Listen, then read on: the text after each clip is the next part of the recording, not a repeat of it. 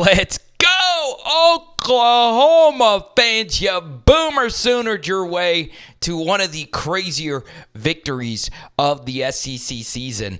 I'm still kind of shocked how you guys found a way to win this game, and I actually had to watch it after the fact. But, man, this was a impressive, gritty victory on the road. Or was it really impressive at all? So you make the Jackson Arnold quarterback switch, and that was the biggest story going into this game. And Hawkins did a really good job not turning the football over.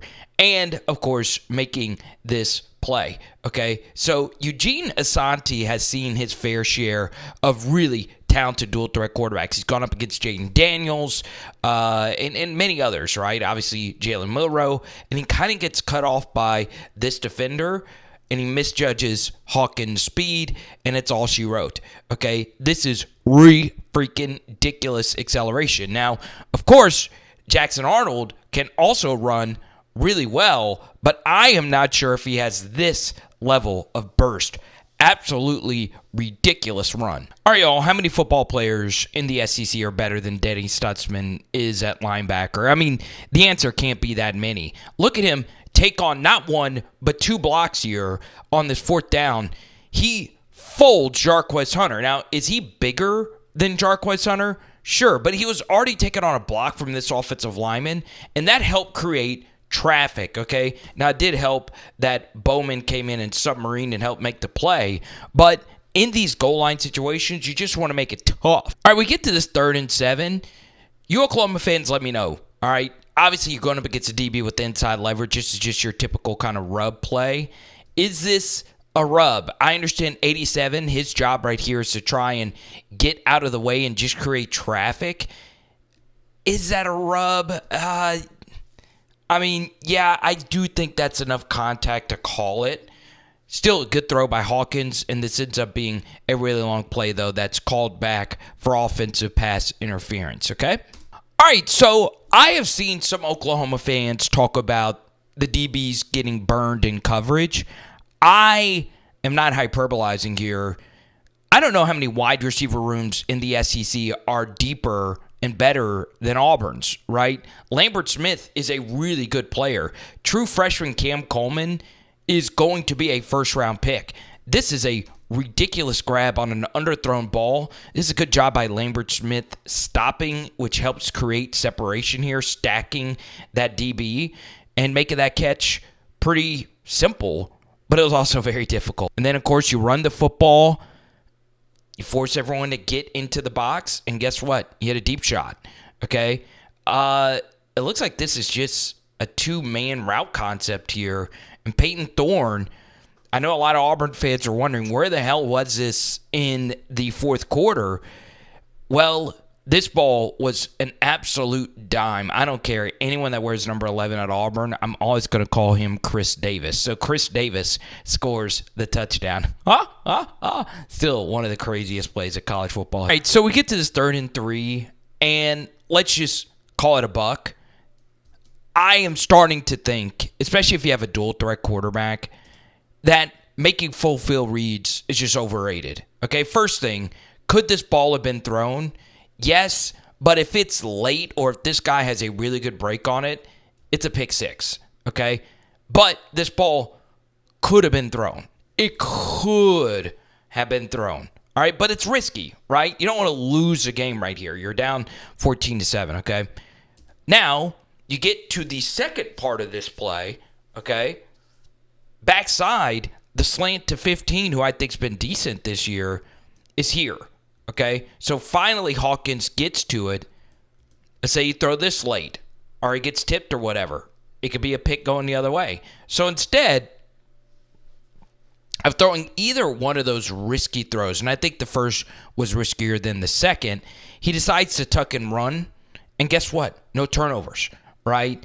It's one way to look at it, but eventually you want to start making those throws and move the chains. So now we get to the third quarter. Can the Sooners find a way to win this game? And if you don't mind, please drop a like and a subscribe, baby. Let's keep this fun party moving. All right, so we start off here. I don't know if anything's open. The camera angle is a little too tight. I do want to show this hit, though. I mean, this is one of the hardest hits I've seen a quarterback take. And, it's so hard to see super hard hits now because of the targeting stuff. But look at this. Bang, bang. All right, so we get to this 3rd and goal. And this is difficult, okay? 3-man rush. I don't know why Auburn keeps hurting themselves with these 3-man rushes. It works, though, because you're going up against a quarterback you don't want to run this in. So you can see with all these zone defenders, there's no way Hawkins is ever going to score. Okay, so if you're in this spot as a QB, rush 3, drop 8, it's really hard to run it into the end zone, okay? But that's what he decides to do. What should have happened is you go here to here and then all the way to here, and this actually likely scores, okay? This isn't open. It's a top shelf throw right here open. I mean, it would take a high quality, top shelf throw for that to get there, okay? So none of this looks open, but just throw it out here. You throw it out here, you got one guy already accounted for. Barnes, I know he's been not good at all this year. Even he's scoring this, okay? It's bang, bang, but he's got a better chance of scoring than you do. All right, I'm going to be perfectly honest. This is actually defended fine, okay? Corner blitz, you throw in the direction of the corner blitz, and this actually is really good stuff. So oftentimes, off a corner blitz, a receiver's just going to stop right here, and you just throw in the direction of it. So a stop and go is actually a really tough route to stop, all right? So he stops, and he goes, all right? And he's still over the top of it. The blitz didn't get there, so this longer developing play gets there, but you still don't get beat over the top. It's a back shoulder throw to a 5-star wide receiver. I know he's a true freshman, but he's really good.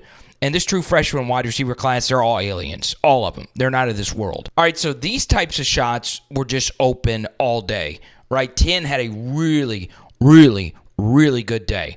All right, Hawkins consistently just taking off and running.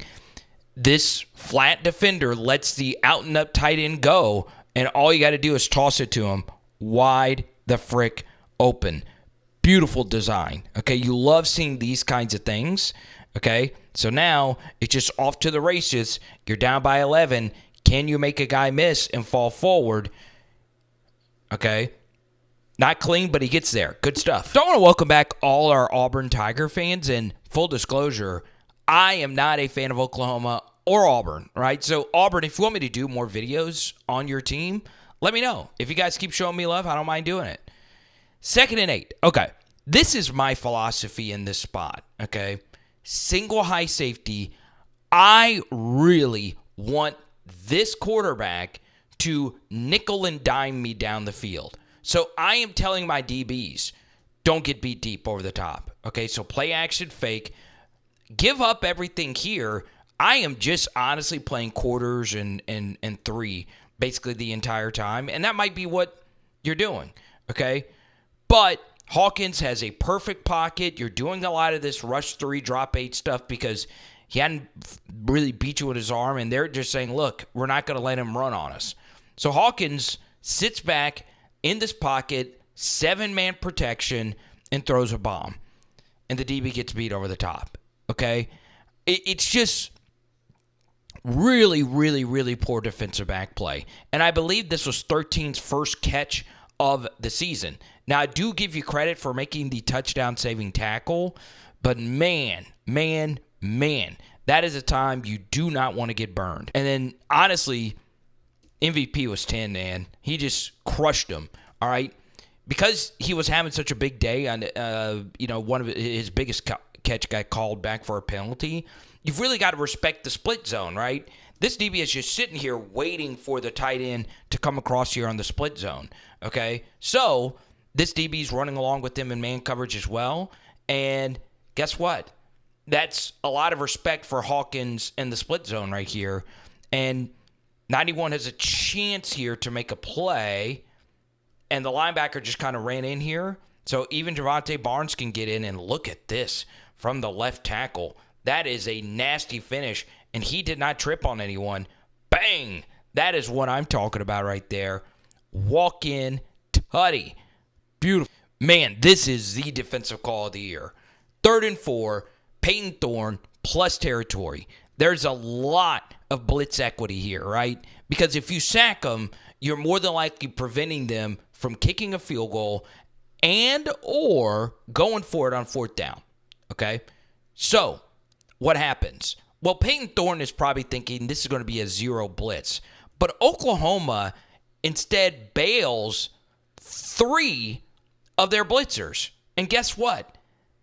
They still get the unblocked edge player home, right? Because if it is a 5-man protection here, guess what? They're going to block the 5 interior defenders. So it is nearly impossible for the tackle or this player to be accounted for. So Payton Thorne's thinking, hey, I got a free release, over the middle of the field, and he's backing up like you should, but all 3 of these players backed out. In fact, 4 of them backed out.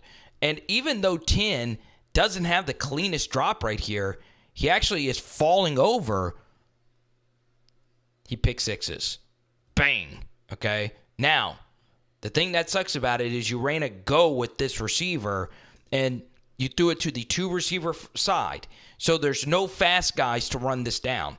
The only guy who's got a shot is Cam Coleman, the 5-star receiver. Let's give him credit because this was a long-ass way to end up making this semi-close, okay? So the fact that he even got this close was ridiculous, okay? Really good blocking down the field. Payton Thorne is just never getting there. And, man, this was close. I am very shocked that 10 still got in, and he did. All right, so we get to here. 2-point conversion. This is a huge one. Man, holding on to the football and not throwing to the designated receiver worked for Michawl Hawkins. And it was lucky, right? You needed a pick 6 to win. But it really worked right here. This is dead. Okay, that's where this play is designed to go. He sees that it's dead. All right? A lot of QBs are throwing this. All right? Now, is any of this open right here? Let's say you sit in this pocket. Bang. Maybe. So now, he's got to roll out here to the right side. There are no receivers over here. None. Other than a running back. Okay, so now it's a foot race, and this is redunculous. Okay, the fact that he was still able to score from right here. Okay, good job by Sawchuk getting those blocks. And once again, Hawkins, how did he keep this ball right here? Oh, that is so good. That is so good. Man. Oklahoma's pass rush was good when you really needed it to be. Thomas has been the closer all season. This is just a nasty move. Look at this rip to get under 73. Man, you can't do it any better than that. Thomas is making himself a lot of money. Wow. That's just big time. Alrighty, OU fans, you were able to close this game out. And this is just a nasty second-level blitz from the slot. And Stutsman, of course, replaces him. Auburn just could not figure out how to protect you guys up front, right? Outside of some jump balls and some really good plays made by their receivers, you dominated the trenches, and defensively it was another really good showing. And obviously you did not play well enough offensively to win this game. It took a pick 6, but the true freshman did not turn the football over, right? And Auburn had obviously a very devastating turnover. The defensive call sheet was the MVP.